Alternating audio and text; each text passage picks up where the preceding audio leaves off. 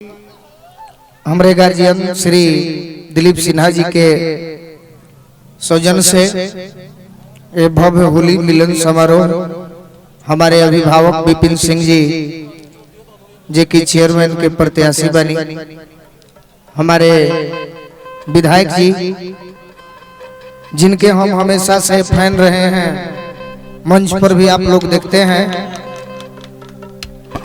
कि मैं कलाकार होकर भी जो भी बुलाता है वहां जाना है, लेकिन मैं दिल से इस परिवार का प्रशंसक रहा हूं। हमारे दरोगा जी गार्जियन हैं श्री अरविंद सिंह जी, यहाँ आए हुए तमाम हमारे गार्जियन, बड़े भाई, नौजवान भाई, सबके हम गोलू राजा बार बार प्रणाम करते हैं। एगो ताली बजा के आशीर्वाद देते। अभी कुछ दिन पहले वो विवाद हो गई रहे, तो ही मैं तनी फंसा रही हल्का फुल्का, तो निकले में दिन भर लग गई। बाकी रह सबके जहाँ कृपा बा, ताई बड़ी पुराना हमार गार्जियन संजय भैया के आज टीम बा, जेकर तबला पर ही हमार गीत संगीत शुरू भई।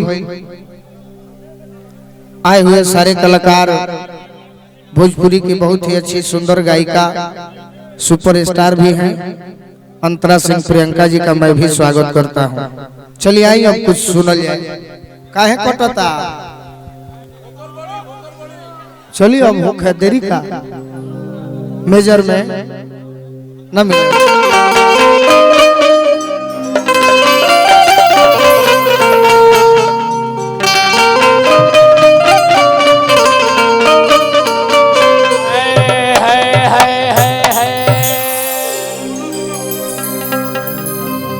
तनी जल्दी दे दे।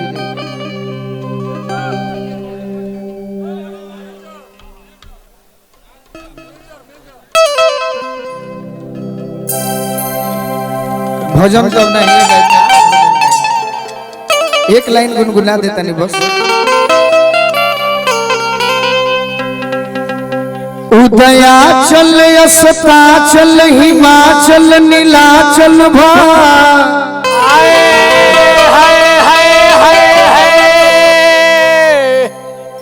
मैहर मदराचल विंध्याचल है मैया,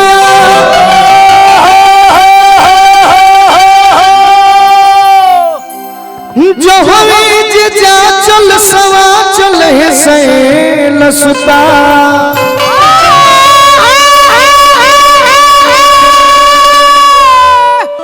संकट में जाती जत बाचल है मैया।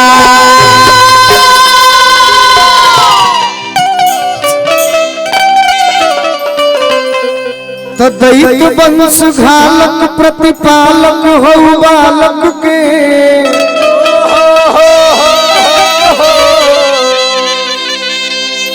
जोगिन जमात फिर ना चले मैया,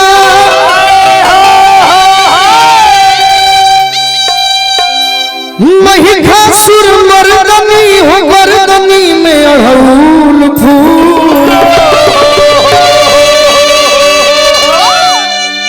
लाल लहरदार सोहे आंचल है मैया। तरीसी महर्षि देवर्षि ब्रह्मर्षि लो,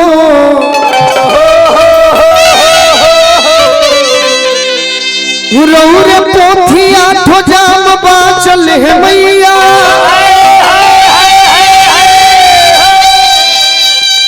दस भुजधारी हो शिकारी के मतारी अम्बे,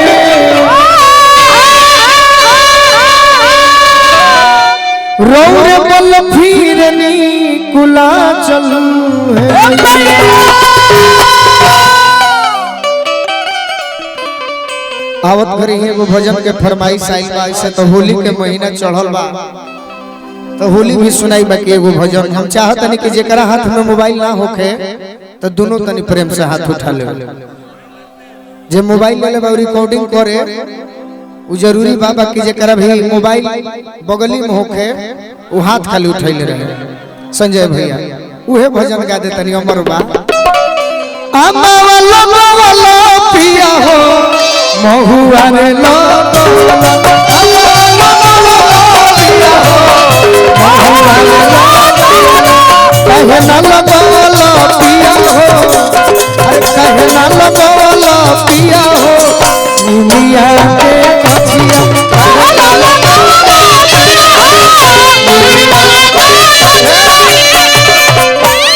तो लोग आवो ना यही में हिला दो हिलावा हिलावा